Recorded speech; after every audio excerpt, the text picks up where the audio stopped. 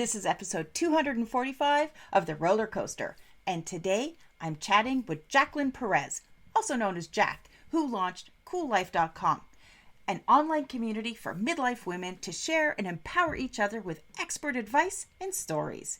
We dive into ageism, redefining our lives midlife, and I know you're going to like the part where we chat about giving zero fucks. Buckle up, this is going to be a fun ride. This is the Roller Coaster Podcast. We are here to help you be empowered and renew your sense of purpose as a midlife mom. This is your time to redefine and reclaim your power as a woman. Just because our kids are getting older doesn't mean that our lives still don't have crazy twists, turns, ups and downs. And that's not to mention what our hormones are doing. We're navigating helping our kids plan their next chapters while quietly wondering, what the heck does my next chapter look like? My name is Lucy Q, wife, mom, podcaster, and journaling mentor. This is a crazy time in your life, but you are not alone. So I'm inviting you to throw your head back, arms in the air, and come along with me for the ride. Life is like a roller coaster, baby, baby. So I wanna ride. Welcome to the roller coaster, Jack. Oh, I'm glad to be here, Lucy. So, as I was saying before I hit record, this is actually sort of the first time that I've kind of switched gears a little bit, and I'm really focusing in on talking with midlife moms, which is basically who I am. And, I connected with you online, and, I think you have a lot of wisdom, you have a lot of great information. And that's why I wanted to have this conversation today, was so that, we can expand on the conversation about what it means to be living midlife and normalizing that conversation around aging. Absolutely. That's what I do every day, all day long. I think I might even do it in my sleep now too, right? I mean, I am on a mission to normalize aging. And of course, Lucy, not by myself, because that's crazy talk, but I certainly am out there at the head of the pack, making sure I make as much noise as possible to encourage other women to get also on the bandwagon. Ageism is the last ism sort of still alive that we aren't really attacking at full strength. And it's also the ism that we do to ourselves. We are sometimes our own worst enemy when it comes to ageism because of the way we feel when we look in the mirror, or the way we feel when we stand up from the floor, or the way we feel when we're overlooked at the coffee counter because there's somebody cuter and younger next to us and we don't seem to be seen. But I think we can show up differently and be very visible if we want to be. And I am working tirelessly to get that message out there, Lucy. And I think the whole concept of ageism and how it becomes cemented in our brains actually starts, I'm going to say for me, it starts back when I was a teenager, because when I was a teenager, that's when my parents were in their 40s. And I can remember that they seemed really old. They did. They acted old. They seemed old. And then it was on my mother's 50th birthday. That's when I announced that I was having my first child.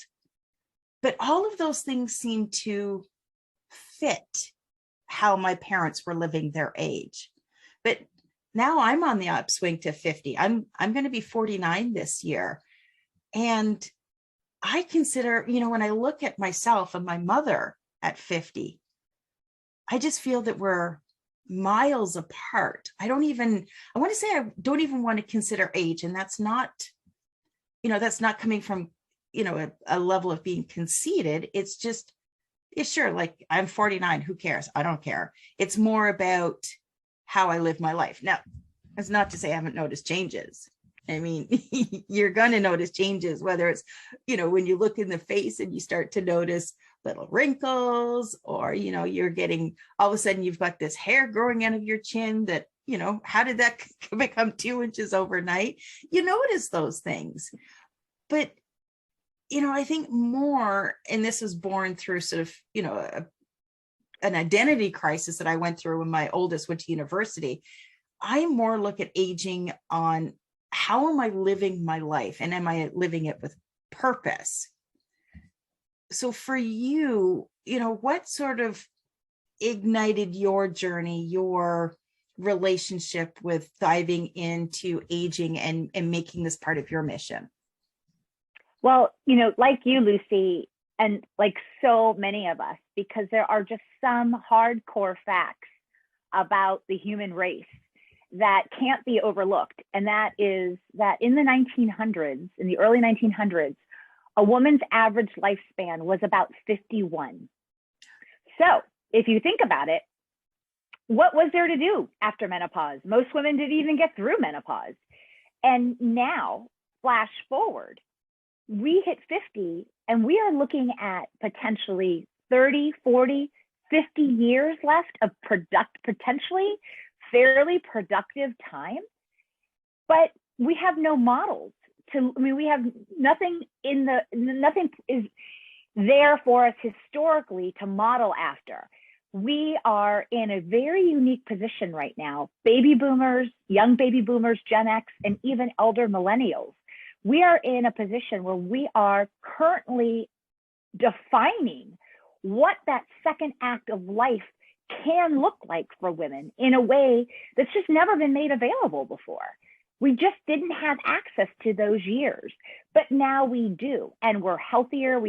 A lot of us have better healthcare. I know that healthcare is an issue for many, and I'm not trying to be cavalier about that. I know that's a real problem, but in general, the world has access to better healthcare, better water, better food. So we are living longer. And you're right, our 50 is so different than our mom's 50. So your original question was, what was the impetus, right, for me to all of a sudden realize, heck, I am that age, right? Because I wasn't really thinking about age either. I went through menopause, Lucy, and you name it, whatever weird symptom that menopause can affect you, it did. Like everything from weight gain. I gained 40 pounds. I looked like a Shar-Pei puppy. Like you could literally pick me up by my back fat. But unlike Shar-Pei puppies, it's not so cute on me. But, so I had the weight gain. I had the dysregulation of emotion. I had anxiety for the first time in my life. I'm not an anxious person. I'm like the glass is mostly full person. All of those symptoms, when they hit me and I was 52, and I thought to myself, wow, is this what's going to define the rest of my life? Because I plan on sticking around for a really long time. I have a lot of plans. I feel like I just got started, but am I going to be debilitated by these physiological changes, or can I do something about it? But the reality was, when I went to go look for information, I couldn't really find anything. And this is a few years ago, right? I'm 57 now. So this is 5 years ago.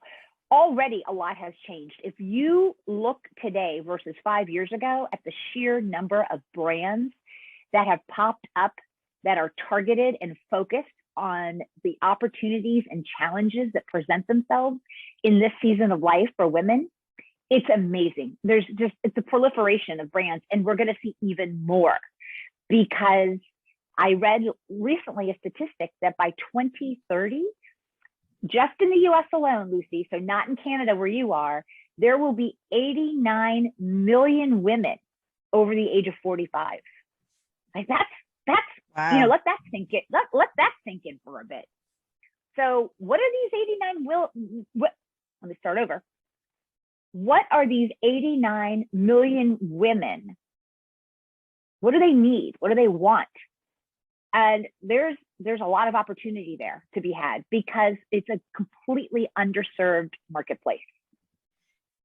There's opportunity, and there's also a lot of conversations, because as you pinpointed, and I had never actually thought of this before, but you'd mentioned that in the 1900s, the average lifespan for a woman was 51. So basically, we're the equivalent of 80, 90-year-old women going back right, not too long ago. And well, you know, it's 120 years ago, but still, I mean, that's not not our lifetime. Yeah. But even in our lifetime, I mean, in the 70s, my mom had to have my father's written approval to get a credit card. Okay? Yeah. That's our lifetime. That's our lifetime. So once again, we women at this stage in the world's history, we're being offered this opportunity to really change the paradigm and set the trajectory for generations behind us. And we have an obligation, really, we do normalize aging so we can get on with living our cool life and not worried about how old we are, you know, but just to stay healthy, to stay functional, to stay connected.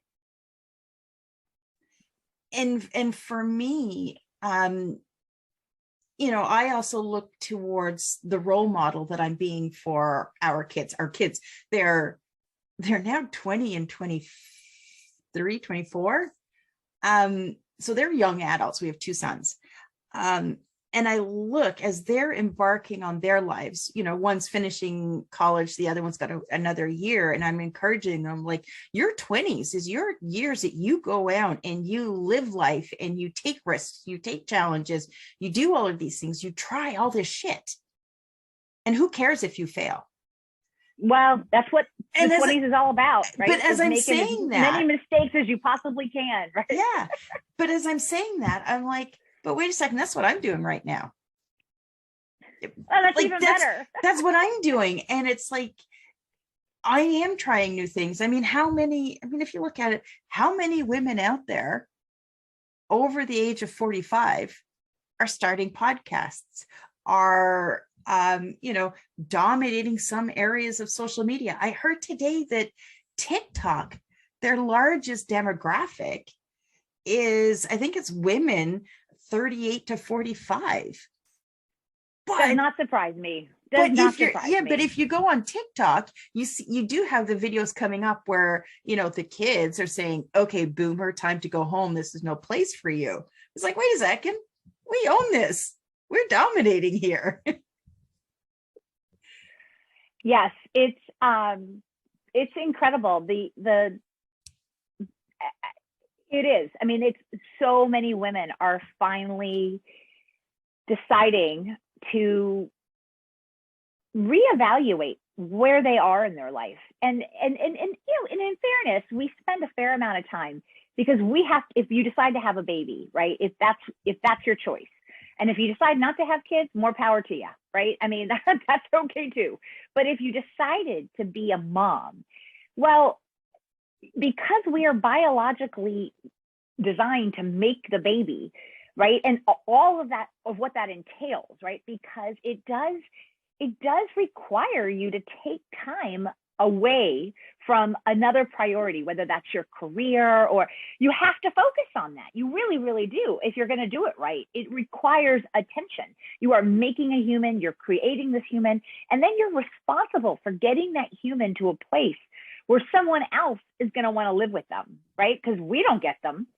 But it's our job to make them palatable enough that someone else is like, yeah, I can hitch my wagon to you for the rest of my life. That's no easy task, by the way. No, it's not. It's not. But it's, you know, so when we're finally done with that. Yeah. Right. So when we're finally done with that, and we've launched, my kids, freshmen at university, all of a sudden, I totally see your, you know, showing a parallel between our 50s and our 20s, because we are sort of given this somewhat clean slate again to go out there and be a little selfish, you know, or as one of my thought leaders, Kay Newton, says, sensibly selfish, right? Sensibly selfish.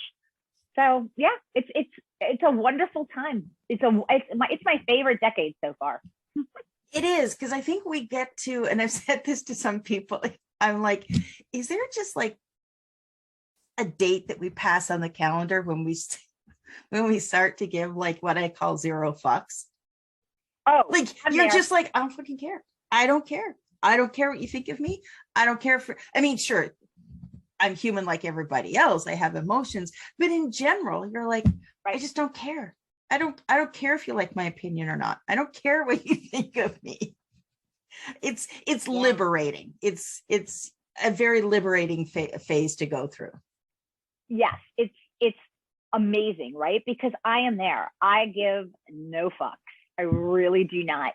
But I have women in my life now because of what I do, because of this platform. I have access to women who are in their 60s and their 70s. And I'm telling you, the potential for it to get even better is there. So it's wonderful to have access to women in their 70s who are still traveling and still exercising and still running businesses. Those are the models that we need to have in our life because they're aspirational. We get to decide when we want to stop doing something. Now, I know some people get hit with health issues, some people get hit with tragedy, notwithstanding, those types of events, but just normal, everyday, today life, we have so much more power over changing the trajectory than we think we do. So, yeah. And that's, I want to use that as the point that we headway into, really what you've created in this new season of your life. And that's, the online community that you're building. So maybe you can share a little bit about, the community and what your goals and objectives are with that. Well, when we a little while ago, you asked me sort of what was the impetus, and I said that the physiological change, the physiological transition really spurred me because I was very frustrated. And I didn't want other women to be as frustrated. So that's why I created the platform. It is basically a virtual digital platform whereby I bring industry thought leaders from around the globe.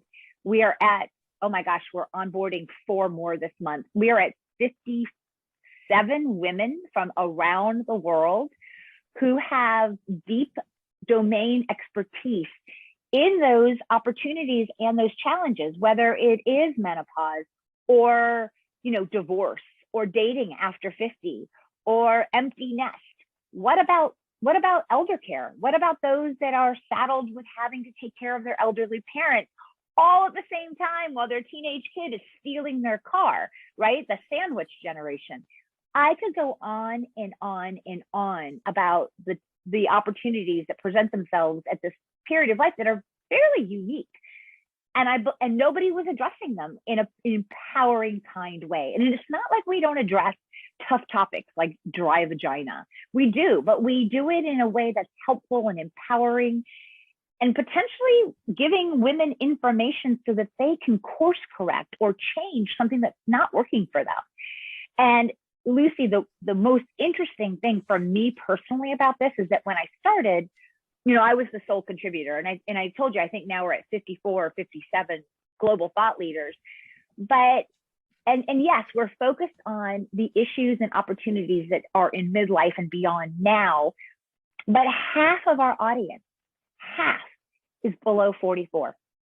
And so what that tells me is that people are curious. Women in particular are curious about what's coming. And they're coming to the platform to get information. And while I'm on this mission to normalize aging for us that were in it, even more importantly, oh my gosh, let's change it for our daughters, for our nieces, for our cousins, for the young women in our life, so that they have something else to figure out when they get here, right? So that this isn't an issue anymore. Yeah, definitely. And certainly, we talk about aging in midlife, and it's typically anchored to menopause, but really a lot of this begins years before. That perimenopausal phase can start years before. And in fact, for the most part, I think I've been dealing with perimenopause at some level for at least the last 10 years. And yes, you don't think your body is going to do those things. And all of a sudden there's weird shits going on. And you're like, seriously, what am I have to deal with now? And it's not until, because we always have like that, I want to say there's an age in your head. I want to say, whether it's 50 or 55, that you think, oh, that's what menopause is. But it's not. It can start in your 30s. And there's a lot of women that are being diagnosed with early menopause in their 40s. So, I think putting a definite label on this has its own dangers, because all of our bodies are different. They do different things. And God knows our hormones have a life of their own. There is. Yes, they do. There is. Yes, they do. And Nothing. it's funny. I had my baby, I had my son at 38. So I was a bit of an advanced maternal age. And now in hindsight, I realized I started having perimenopausal symptoms as early as 40, 41, 42. So if you think about it, I had a toddler at the same time as I started to have hot flashes and insomnia and here's the deal. I didn't realize it at the time. It's only with the knowledge of having transitioned all the way through and the benefit of looking backwards, so the benefit of hindsight, that I now understand that that's what was happening to me. Because I mean, Facebook is sort of a dying breed, but you know how they have on Facebook, like, this is what you did last year at this time or whatever. Oh, yeah. And I get reminders of like 12 years ago or whatever, 13 years ago, that I couldn't sleep that night. Like, oh my God, up at 3 o'clock in the morning, what's this about? Had no idea what it was about. I now know what it was about, but you're right. The hormonal changes can begin really early. And if we don't have an idea of how to control them or how to guide them or what we can do to rise above them, then we become victims of them. And that's just, it can be very debilitating for a woman. It can be. Oh, absolutely. And I think that's why the conversations around women and hormonal changes in midlife are so critical, because that's where you find out that you're not alone. You're not the only one experiencing this, but it's also not something that we commonly talk about, because, certainly my experience is that growing up, going right back to elementary school, when you're segregated for sex ed.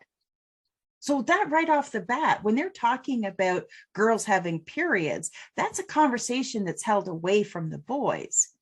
So right from the get-go, there's that, I don't want to say some people will call it body shaming or period shaming or whatever it is. There's just that separation.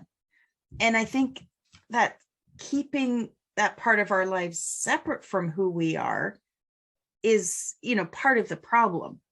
That the normalizing the conversation it's like, hey, wait a second, like, what's your period doing today or this week? Or, what about the hormones and the emotions and the hot flashes and this whole perfect storm that we're dealing with? Those are the conversations that are so critical that I think we need to have more of. I agree wholeheartedly. If you think about it, every other human on the planet gets a period, and every other human on the planet, actually more than every other human, because women outnumber men, goes through menopause, goes through that transition. What's the secret? There's no secret. And I think the more we share with each other and the more we learn from one another, the easier the transition. And even when it sucks, even when we're grieving, even when we're hormonally incredibly challenged and fighting and struggling our own physiological chemistry, the knowledge that we're not alone, the knowledge that there are other women out there with similar experiences, and potentially with some offers of solutions that may or may not work for us, but you don't know unless you hear them and try them and at least ponder them. But if we don't talk to one another, if we don't get the information out there, then we're in the dark. We're alone. We're alone and segregated and separated, and it's scary and isolating and lonely and pretty miserable. And we don't need to be that way, because there's so many of us, damn it. And I think that's where we have to take responsibilities for our own journey, whether it's, physically what you're going through or emotionally what you're going through. I think too often we've been conditioned to look to a doctor, to look for a professional, look for that magic pill that's going to solve all of our problems and make everything go back to normal overnight. And that doesn't exist. And I think ultimately we're each responsible for our own health, our own well-being. And that means going out and having the conversations and finding the answers and saying, okay, have a conversation with Jack. And Jack says, okay, this worked for me, maybe try this. Or somebody else says, go try this. It gives us options. But when we confine ourselves and only rely on one source of information, that's really where you do become isolated. And I don't know any other place besides online where women are having these conversations and connecting and sharing at this level. Yeah, but you know, the online world is a pretty powerful place. Oh, for sure. And so if that's where we get to have, that's where we get to start the conversation, if that's where the movement starts, I think that that's a powerful platform to take over, and we're doing it. We're making it happen. But yeah, we need to be able to share this information. And, you know, sadly, Western medicine just hasn't spent a lot of time thinking about, or, you know, looking into women's particular health issues, because we've never really been used for any of those big clinical data studies, because we're complicated, right? Because of our biology, because we as beings can literally manufacture another human being. You know, think about that. Holy cow. We with just a little sperm can turn our whole bodies into this machine that makes another human being. It's complicated. And so I can see why we've been overlooked in medicine for so long. And that's part of the problem, is even finding a doctor who is well enough versed in the opportunities and challenges that come with being a woman physically, and then are also willing to work with you as an individual to find out what is actually going on for you, because every woman experiences menopause, I think, maybe slightly uniquely and a little differently. And so it's not a one-stop shop fits all type of answer. It really isn't. You have to do the work to figure out what's right for yourself. But listen, as someone who was in dire straits and for over a year, I'm on the other side of that. I'm letting you know, it's worth the effort. It's worth the effort to figure it out. Oh, absolutely. And, you know, I think one of the largest components that, you know, from my experience, most women have expressed as their sort of first early symptom, and you touched on that earlier, and that's sleeping and insomnia. That's a massive problem. And if you don't sleep properly, then that can bring on a whole slew of other problems. And then you don't know which of the problems are because you're not sleeping, or which of the problems because of hormones, or maybe it's all because of the same thing. Who knows? But you have to figure out that sleep part. And it's frightening to consider how many women are out there that are chronically exhausted because they're not getting the proper sleep. And I mean, fortunately in Canada, federally, we've legalized marijuana use. So where I live, all of our liquor stores are controlled by your provincial governments. So our provincial government have the liquor stores, and in the back of the little store, the liquor store, you have like the cannabis store. So there are a lot of women that are experimenting with this as a tool to reduce and, you know, reduce the symptoms of menopause and also get that critical sleep. And I recently found a product that it's actually not the marijuana, sort of the part that gets you high. It's the CBD, which is just the calming. They've now formulated one that is specifically for sleep. And I take that and I sleep.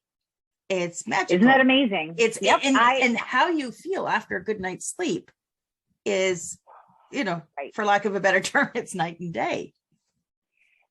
Oh, absolutely. Right. There's, you wake up, you open your eyes in the morning, and if you are rested, at least for me, I'm like, oh, bring on the world, bring it on.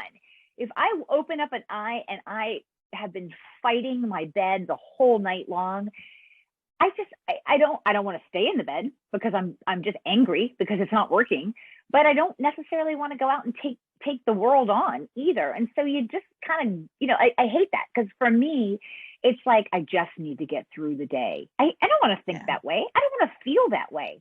I don't want to just get through the day. I want to live the day because, and here's the other thing that happens, at least for me, what's happened for me is that I really understand now that I have far fewer days in front of me than I do behind me.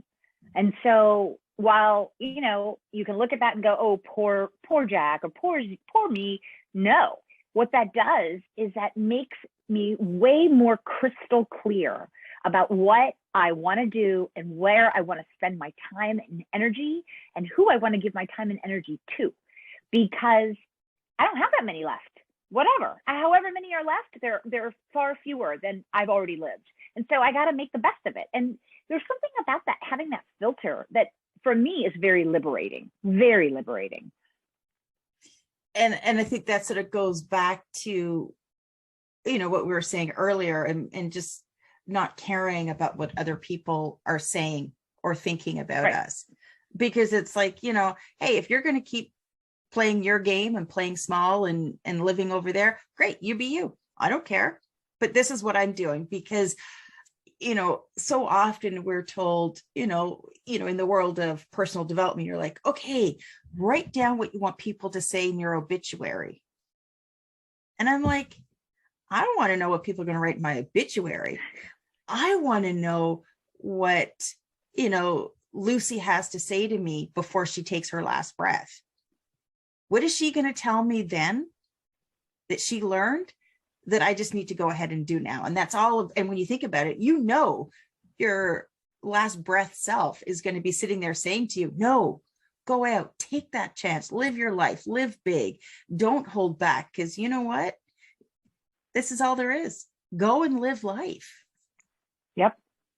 Yeah, I have a good friend of mine who is an RN, and she dealt a lot with end of life patients.